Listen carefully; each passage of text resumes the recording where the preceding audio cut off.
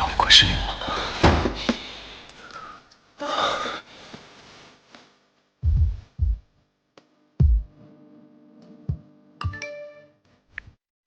我是不会和你离婚的。沈一璇不同意离婚，那就离不掉。我得把这件事情告诉傅先生，他有权利知道。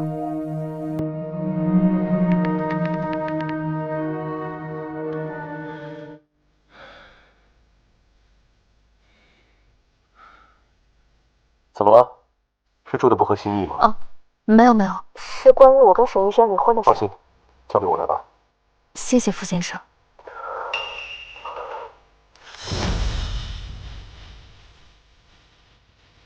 傅先生，您是不舒服吗？需要我做些什么吗？